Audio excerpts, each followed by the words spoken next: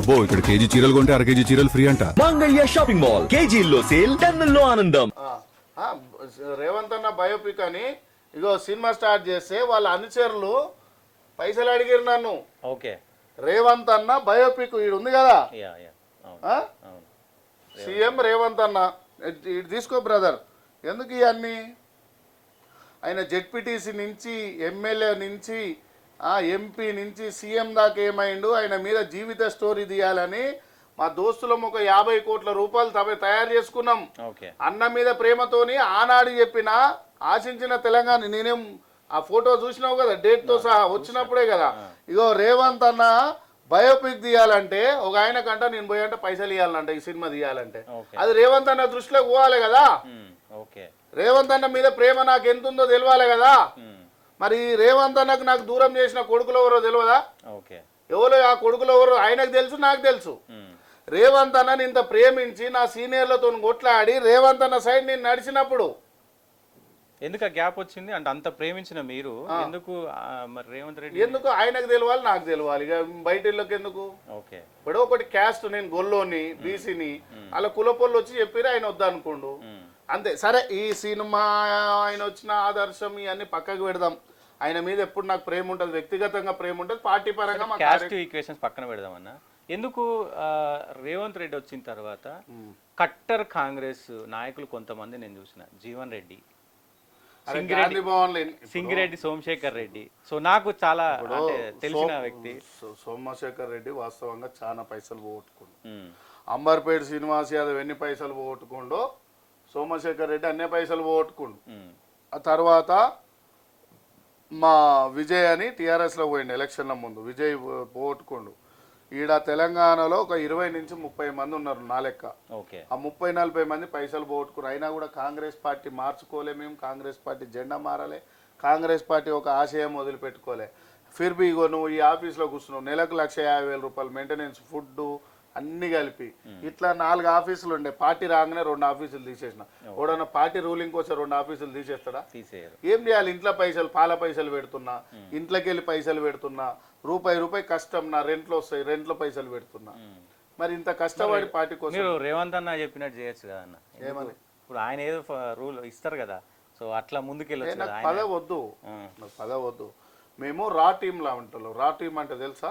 దేశానికి బయట దేశాలలో పోయి మార్ఫింగ్ ఉండి అల్ల మతాలలో చేరి ఆ దేశం నుంచి ఇక్కడ ఇంటిమేషన్ ఇస్తాం.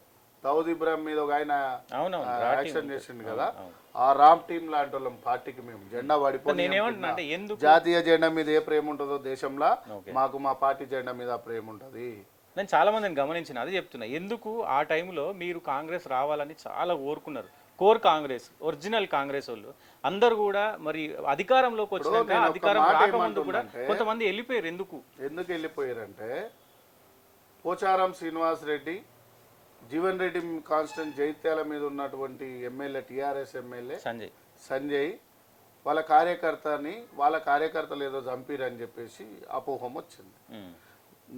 నువ్వు నా ఎమ్మని 40 ఏళ్ళు కాపాడుకున్నా, నేను చంపినాగా నేను ఈ పార్టీలు ఉంటే ఎంత లేకుంటే ఎంత?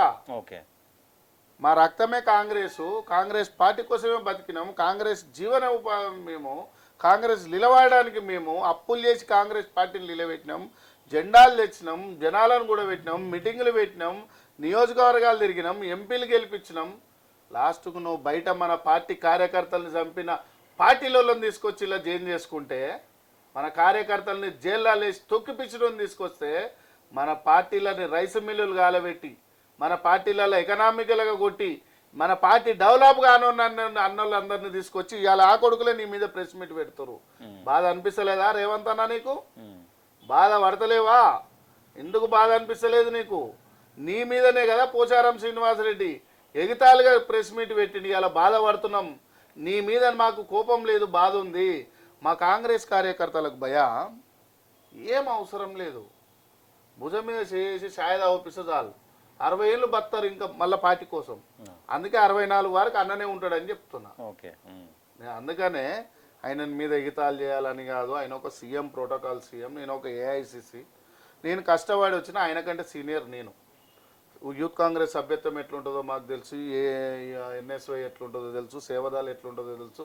రాహుల్ బ్రిగేడ్ అని ఉండే, ఈయన వచ్చినప్పటికి వెళ్ళిపోయింది అది. కానీ రాహుల్ బ్రిగేడ్ అని రాహుల్ సైన్యం ఉండే. దాని తర్వాత అనేక డిపార్ట్మెంట్లలో పనిచేసిన, ఎస్సీ సెల్ ఏంది, ఎస్టీ సెల్ ఏంది, మైనార్టీ సెల్ ఏంది, అనేక మన యాదవ్ సెల్ ఏంది, ఫిషర్ సెల్ ఏంది, అప్పుడు సెల్స్ ఉండి ఇప్పుడు డిపార్ట్మెంట్ బీసీ సంఘం బీసీ సెల్ ఏంది. సో ఈ డిపార్ట్మెంట్లలో పనిచేసినప్పుడు ఒక 6 స్టేట్లు ఓబీసీ డిపార్ట్మెంట్లో నేను ఇన్ఛార్జ్ చేసినప్పుడు రేవంత్ అన్న సీఎం కాకముందు చాలా మంచి మనిషి వాస్తవంగా. నేను ఆయనని దేశంలో చూపిద్దాం అనుకున్నా.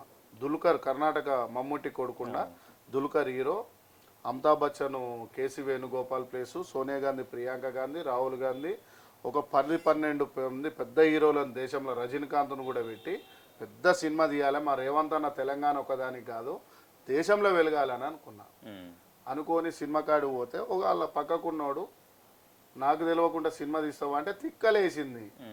నీ అమ్మ సినిమా తీసి ఆయన ఏదో దేశంలో చూపిద్దామని నేను అనుకుంటే నువ్వు నన్ను అడుగుడు ఇంద్రా పైసలు అని చెప్పేసి మా పార్ట్నర్లు అందరికి ఫోన్ చేసిన, అరే పైసలు క్యాన్సల్ అయ్యారు, సినిమా క్యాన్సల్ అని చేసి అబద్ధమైతే కాదు కదా, డేట్తో సహా ఉంది, ఇక్కడ ప్రింట్ చేసిన డేట్ కూడా ఉంది. ఓకే 1 ఇయర్ అయింది నేను ఈ సినిమా 1.5 ఇయర్ అయింది తీద్దాం అనుకోని.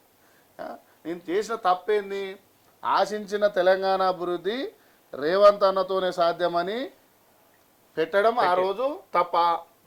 ఆశించిన తెలంగాణ అభివృద్ధి రేవంత్ రెడ్డి అన్నతోనే సాధ్యమని రాసిన.